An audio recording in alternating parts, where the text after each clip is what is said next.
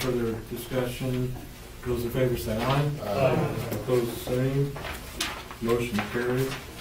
Next item on the agenda is a trenching bid from Ziggs Backhoe Service LLC in the amount of $5,340. There's any questions or comments for staff? No questions or comments, I'll entertain a motion to approve. It's been moved by Councilman Richards that we approve the bid from Ziggs Backhoe Service LLC in the amount of $5,340 for trenching. Second by Councilman Audi. Any discussion? No further discussion. Those in favor say aye. Aye. Opposed, same. Motion carried. Next up, we have a motion that we adjourn by Councilman Brown. Do I have a second? By Councilman Richards. Any discussion? No discussion. Those in favor say aye. Aye. Opposed, same. We're adjourned. We'll now go into the work session. Katie, do you have anything to say? No, I don't, thank you. Okay, Glenn? I do. All right, comprehensive plan. Planning Commission has had that in its hands. Then we get a final version here probably tomorrow for them to read, and the next hearing that they're gonna have is scheduled for February 10th, which is a week from today. So anyway, they will have that here, and that will be their chance to get public input once again on the comp plan, and once they're done with it, they will be then forwarding that on to the full council here. I'm thinking either the end of February, we only have one more meeting, so probably in March, by the time it gets to the full council. So anyway, that will be coming at you here pretty soon. The codification, I talked to the league this week, they are proofreading that, so I'm expecting any time to actually get our full codification. I know they're busy, the legislature's back in session, so their attorneys have a lot of work to do across the street from them over there, and that's fine, but they are working on that. On the ramp out front, we get a lot of questions about that. We do have an estimate for the ramp itself. We're waiting for an estimate for the railings that were damaged during that accident that happened out there a couple of weeks ago, so once we get that, we'll move forward and get that all fixed, so we're going to get the full use of that handicap ramp back there. On the railroad crossing, did talk with our representative there, Susan Kincannon, past week about that, and she's doing everything she can, working with KDOT on her level to get them to move forward here and use the federal funds that are allocated for us so we can fix the tracks down here. And so I'm not sure how much pressure she can assert there on that, but she's trying as well as she can to get that going. We still get a lot of comments about that. I know they smoothed that up a little bit, but that asphalt gives away pretty quick, and you're back to pretty rough tracks down there. So she's aware of that, and she's working for us on that. As far as the airport runway expansion goes, we'll see Brad Waller from Alfred Benish Engineering. He'll be here at the next meeting, and he'll update us on the progress of that. The federal funding has been apparently approved here this past week, and it looks like they're about the same level, and it looks like our project is going forward on that. So I don't think there's any danger that we won't see the federal funding come through or anything like that this year. So, but anyway, Brad will update us on that. And K-14 project, I know Katie's got offers out to the individuals on the property owners. I don't know if we got anything back yet on that, or No. nothing back. We just got those out.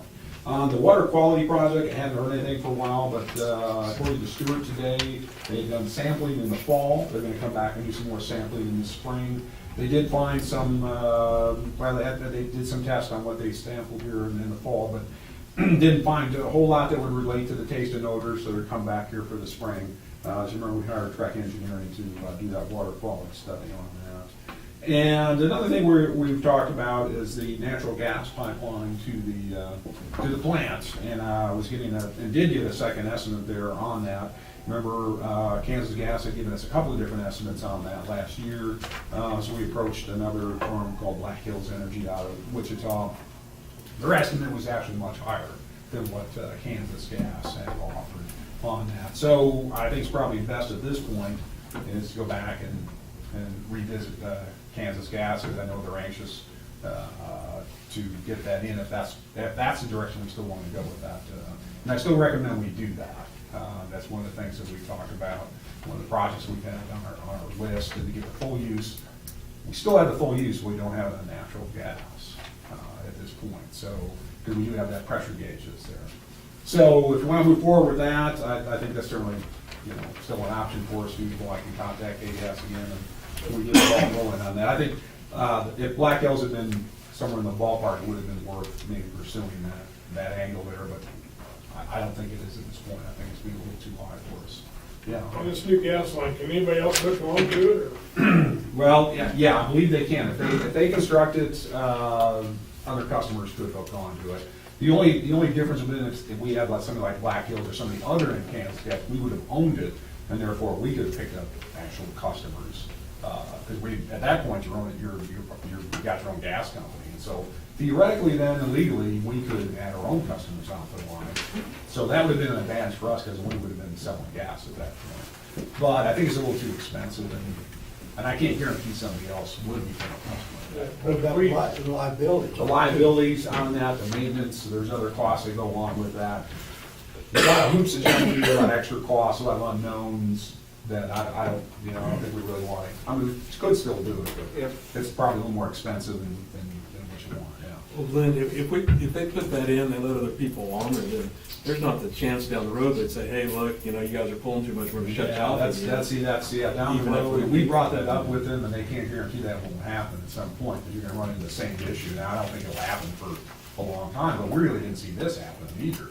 Can they get that in contracts or something? Yeah, I think, when we come down to agreement, we can work something in there. 'Cause we don't wanna be stuck, 20 years from now, wherever that time period is gonna be, and come back and say, wait a minute, the pressure is dropping again, and we're back in that Yeah, position. I think we need to protect ourselves. Yeah, so we need to have something in there that That's what says, we're yeah, paying if we're gonna go to the expense and the time to put this in, then we want assurance that we're not gonna come back to this at some other point.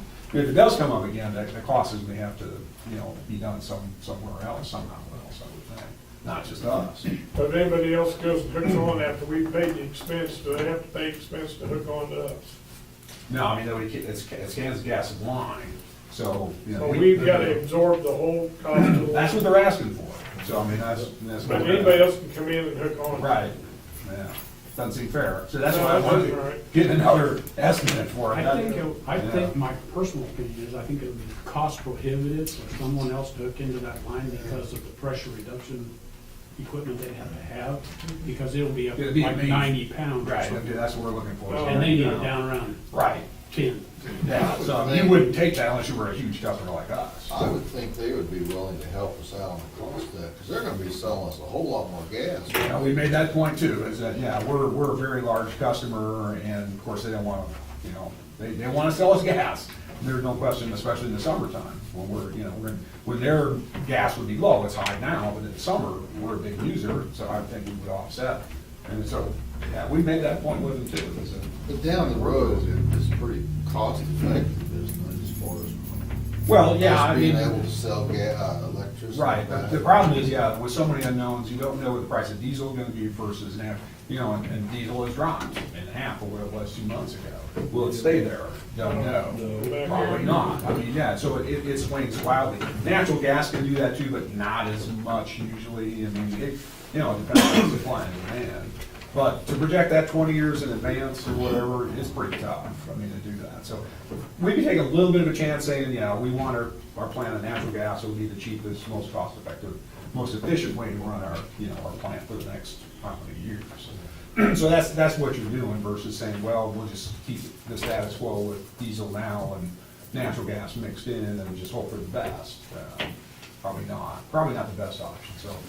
Yeah, with the rate increase that we did, recently and whatever, and with the cash balances now, we should be able to, depending on what their estimate has changed to, I don't know what it will be now, we should be able to handle it. We should be able to handle that cost that it sure has. But, yeah, I think it's worth looking at another option, which we did. That just came back a little higher, a little more risky than I'd like to see it.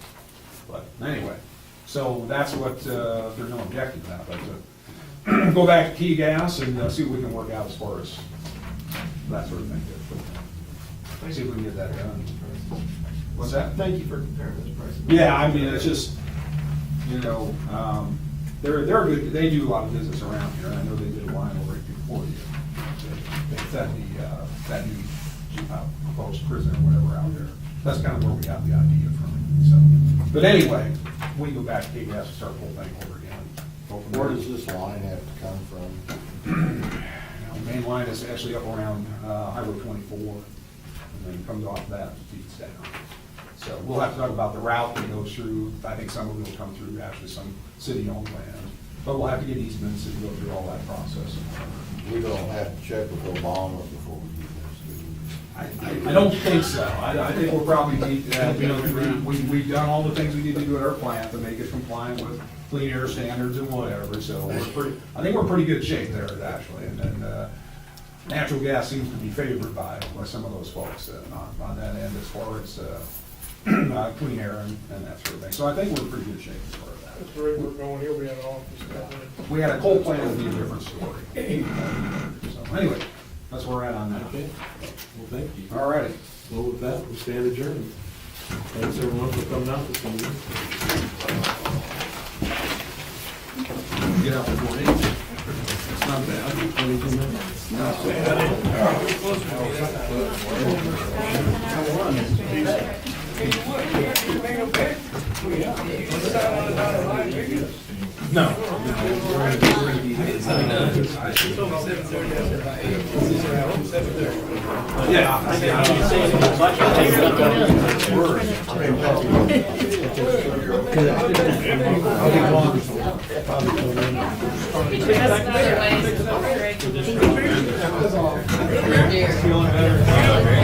am, thank God.